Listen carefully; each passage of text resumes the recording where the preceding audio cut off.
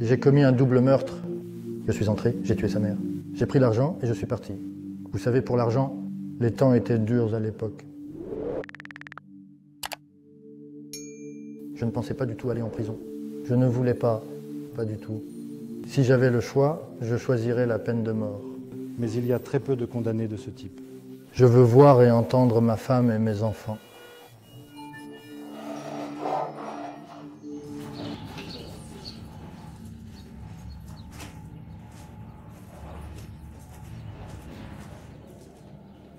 Dans notre établissement, il y a deux catégories de détenus, ceux qui sont condamnés à vie et ceux qui sont condamnés à des mesures de sécurité maximale.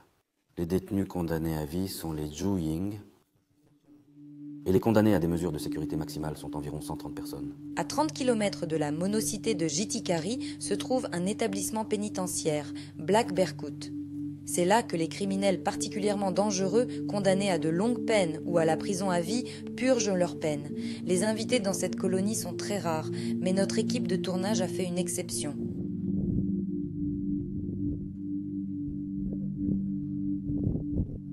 La colonie de Jitikara a ouvert ses portes il y a 61 ans. Et depuis plusieurs années, elle a sa propre mascotte, l'aigle royal. Il y a plusieurs histoires ici. L'une des premières est qu'ils ont trouvé un aigle blessé, et dans d'autres, une histoire d'oiseau, libéré. Voici le terrain lui-même, si vous le remarquez. Il y a beaucoup de faune et de flore. Et ici, nous avons un aigle royal, très présent dans cette localité, c'est donc en partie de là qu'est venu le nom.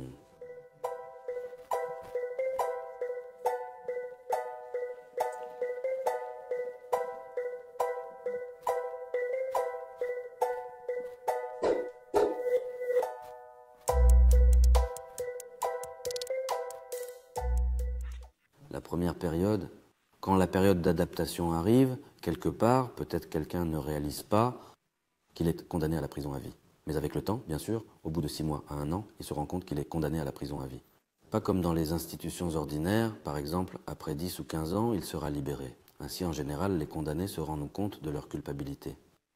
J'ai commis un double meurtre. Je voulais commettre un meurtre tout court. Il s'est avéré qu'il y avait une autre personne dans l'appartement. J'ai dû commettre un deuxième meurtre. J'espérais prendre une peine avec une fin, pas une peine de prison à perpétuité.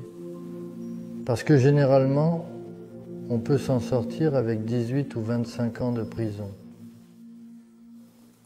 Quand j'avais 19 ans, je suis allé chez une femme qui vivait seule, je l'ai égorgée et j'ai volé des affaires et de l'argent.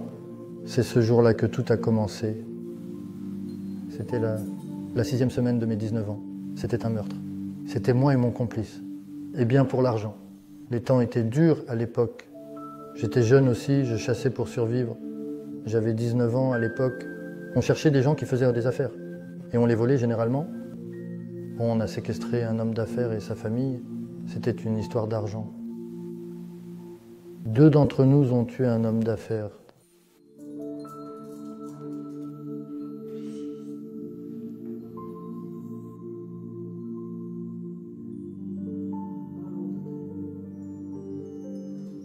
Les condamnés à perpétuité, ou comme on les appelle ici, les LIP, sont assis dans des cellules de 4. Un psychologue les répartit en fonction de leur psychotype.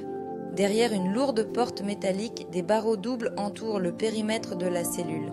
Les prisonniers sont surveillés 24 heures sur 24. Il est impossible de se cacher des caméras de vidéosurveillance. Le travail commence dès leur arrivée et tout au long de leur peine. Ainsi, dès leur arrivée, ils se retrouvent dans le quartier de quarantaine.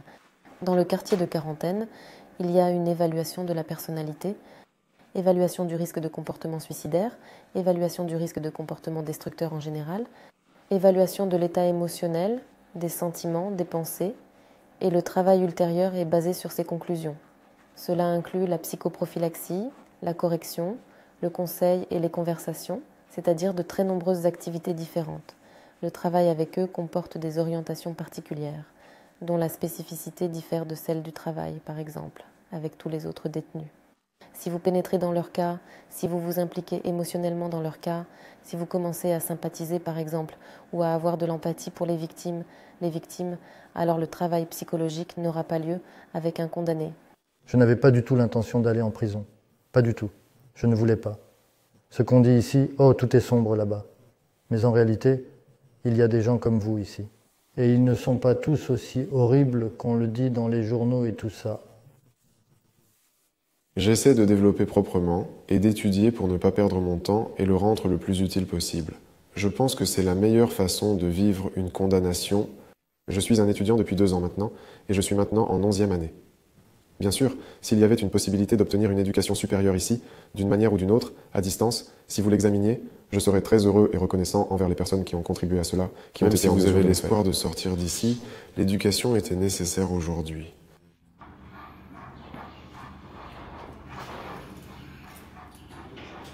Je regrette d'avoir causé du chagrin à mes parents et amis, en premier lieu aux personnes où les crimes ont été commis. Je regrette qu'il soit impossible de réparer quoi que ce soit, de revenir en arrière. Comme si j'étais...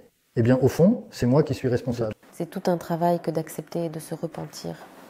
Tout le monde ne peut pas le faire, et parmi tous ceux qui sont avec nous, tous n'ont pas été capables d'y parvenir. C'est le plus petit pourcentage de personnes qui y sont parvenues, qui sont en ce moment même au point d'acceptation, qui se repentent, qui prennent la responsabilité de ce qui s'est passé, qui prennent la responsabilité que oui, ils ont fait quelque chose et qu'ils sont responsables, qu'ils sont prêts à se repentir, prêts à se corriger. Il y a très peu de gens comme ça, vraiment. Quand je travaillais, à côté, je louais les locaux à des notaires. J'ai rencontré une notaire, nous avons bien discuté. Je lui ai posé des questions. Je savais qu'elle avait de l'argent chez elle, caché quelque part dans un coffre. Il suffisait d'avoir son code. En gros, c'est ce que j'ai fait. J'ai rencontré cette femme. Tout à fait par hasard.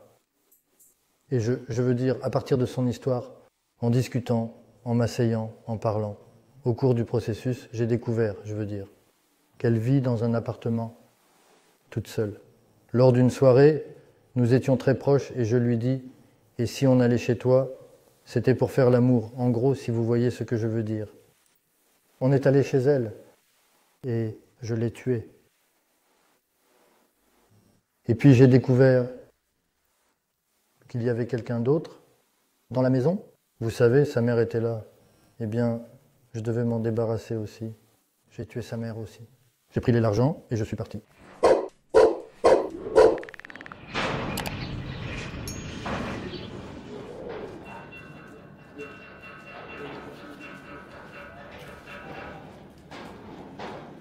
Leur routine quotidienne est la suivante: 6 heures, réveil, exercice, nettoyage des cellules, inspection matinale, petit déjeuner, activité de promenade, déjeuner, et après le déjeuner, activités éducatives, appels téléphoniques aux familles.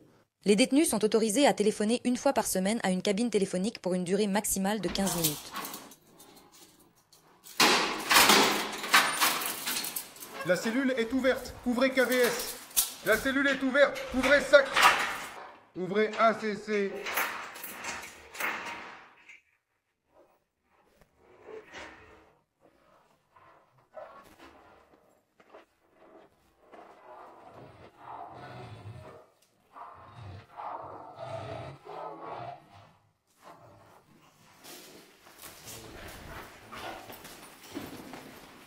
Une promenade 1 fois par jour. Elle a lieu dans une chambre spéciale en béton d'où l'on ne voit le ciel qu'à travers une grille. Ils mangent dans la cellule. On peut regarder la télé pendant le repas. Aujourd'hui, au déjeuner, il y a de la soupe avec des pâtes, du goulash avec du sarrasin, des pêches. Ceux qui suivent un régime spécial ont droit à du haringue avec des oignons et un œuf. L'entretien d'un prisonnier coûte environ 40 000 tanges par mois.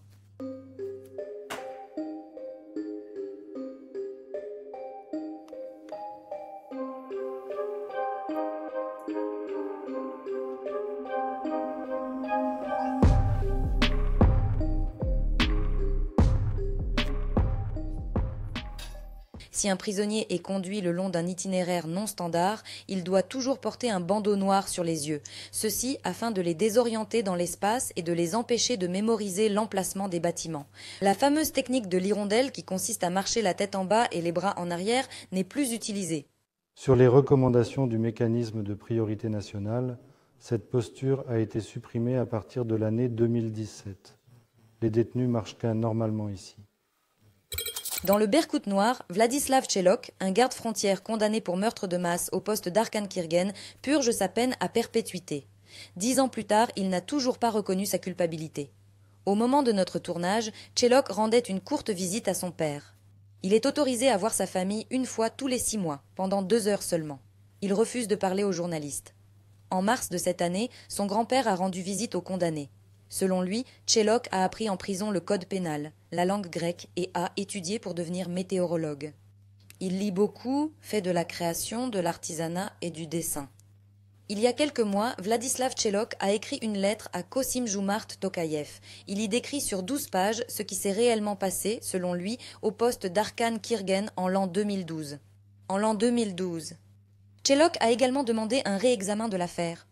Le tireur d'Almaty Ruslan Koulikbayev est également assis dans le Berkout noir. Il refuse également de parler aux médias. Après tout, leurs proches sont toujours en liberté et en principe, ils ne sont pas coupables de ce que ces personnes ont fait. Et lorsque diverses histoires sont publiées, avec des noms, des prénoms, cela rejaillit sur leur famille et leurs amis. Les gens recommencent à se souvenir, à raviver de vieux souvenirs. Et pour les personnes qui sont là, qui ne l'ont pas fait, leur mère, leur père, leur femme, leur sœur, la maladie est toujours présente et ces détenus s'inquiètent pour eux. Les infirmiers maniaques Evgeny Turoshkin et Mikhail Verchinin, qui sont devenus des personnages de la série télévisée Kazake 530. Si nous en avons discuté 100 fois, c'est dangereux. Pourquoi est-ce dangereux? Combien de fois cela a-t-il été dangereux? Écoute, toi, Sviatosha, ne fais pas semblant, compris?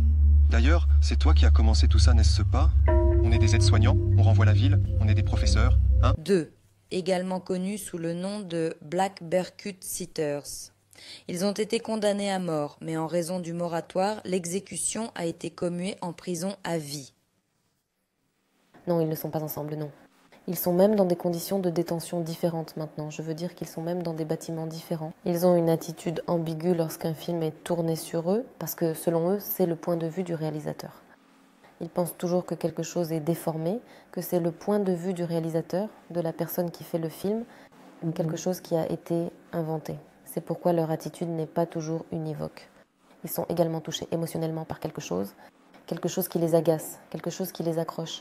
C'est pourquoi ils ne donnent plus d'interviews. L'année dernière, certains détenus de Berkut ont été autorisés à travailler. Ils cousent des couvertures, des oreillers et des rubans pour les prisonniers. Seuls ceux qui ont fait preuve d'un comportement exemplaire ou qui ont des compétences peuvent travailler. Le paiement se fait à la pièce, les salaires sont versés sur un compte bancaire. L'année dernière, nous avons ouvert une cellule de travail suédoise et aujourd'hui, environ 13 personnes travaillant pour nous. Maintenant, nous avons du travail. Eh bien, d'une certaine manière, le temps est plus intéressant, il passe plus vite. Il y a des gens qui travaillent à leur compte, il y a beaucoup de gens talentueux ici. Quelqu'un dessine au crayon, quelqu'un lit quelque chose. En raison des conditions ici, il y a beaucoup de choses qu'on ne peut pas faire, par exemple, comme dans d'autres institutions, pour les condamnés ordinaires, il n'y a rien de tel. D'une manière ou d'une autre, oui, tout le monde travaille à son compte, et quelqu'un écrit de la poésie, quelqu'un commence à écrire un livre, quelqu'un fait quelque chose d'autre. Selon l'horaire, nous allumons des téléviseurs dans les cellules. En fait, il est occupé à quelque chose tous les jours. Une personne qui ne reste pas immobile, qui a l'espoir de sortir d'ici, qui a réalisé quelque chose, il essaie de vivre, même entre ces murs, de ne pas se dégrader, de ne pas perdre la tête. J'ai déjà perdu le contact avec mon épouse. J'ai essayé désespérément d'entrer en contact. Par le biais, je ne sais pas, de lettres que j'écris, cela ne marche pas. Je ne sais pas ce qui a changé. Sans doute pour nos parents, nous avons toujours été ce que nous n'étions pas. Nous restons des enfants. D'autant plus que la famille de chacun d'entre nous sait ce qu'est vraiment une personne à l'intérieur. Maintenant, vous savez, vous vous rendez compte que tout ce poids, c'est quoi? C'est une tache sur toute la bouche, d'une manière ou d'une autre, pour la réparer, pour la changer. Oui, cette honte, si le Tout-Puissant vous la donne par des actes, des actions, pour retourner dans la société, pour tout changer, c'est l'espoir, c'est tout, et le rêve se résume à cela.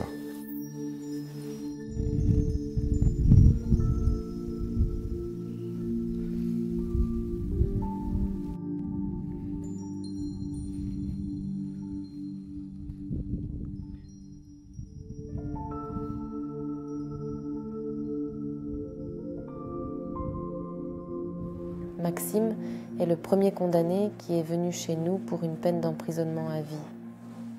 Il est ici depuis plus de 20 ans. C'est un homme qui est passé par toutes les étapes de l'emprisonnement à vie. Aujourd'hui, il se prépare à la libération conditionnelle. Il se prépare, ou plutôt, il fait une demande de libération conditionnelle. Dans 3 ans, il aura le droit de demander une libération conditionnelle, le premier au Kazakhstan à avoir été condamné à la prison à vie. Et en général, en purgeant une peine d'emprisonnement à perpétuité, pendant toute la durée de la peine, il s'est consciemment engagé dans cette voie. En d'autres termes, il ne s'est permis aucune dépression psychologique ou nerveuse. Il a constamment cherché une aide psychologique. Il s'est constamment livré à l'auto-éducation. Il lisait beaucoup. Il élevait son niveau d'éducation. Pendant toute l'existence du Berkut noir, un seul condamné s'est suicidé. Il n'y a eu aucune tentative d'évasion. Les prisonniers ne peuvent demander leur libération qu'après 25 ans de séjour dans la colonie. Les condamnés pourront déposer leur première demande de libération conditionnelle en 2025. Et les chances de sortir sont réservées à ceux qui ont été disciplinés et qui n'ont pas enfreint les règles. Eh bien, quand j'étais enfant, je veux dire, la fois où j'ai commis le délit, je n'étais pas obligé d'y aller. Et les choses auraient été très différentes. Un homme fait son propre destin, n'est-ce pas? Je ne blâme personne. Eh bien, je suppose que c'est comme la peine de mort par rapport à une peine de prison à vie. Si j'avais le choix, je choisirais la peine de mort. Sachant très bien que vous ne partirez jamais d'ici, je pense que c'est là que la vie d'un homme s'arrête. De toute façon, chacun, quoi qu'il dise, quoi qu'il pense, vit dans l'espoir.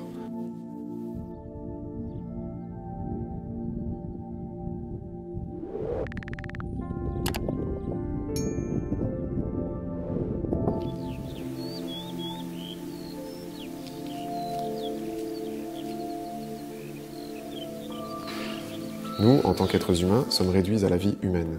À ce stade, mon rêve est probablement de retourner dans la société, d'être un citoyen à part entière. Oui, de faire une différence dans ma vie, d'apporter plus de bien au monde, d'essayer, en quelque sorte. J'étais absente de la vie de mes enfants. J'aimerais non seulement être présente dans leur vie, mais aussi faire quelque chose d'autre moi-même, les aider à se relever. Et je suis plutôt sociable, donc je pense que ce sera génial.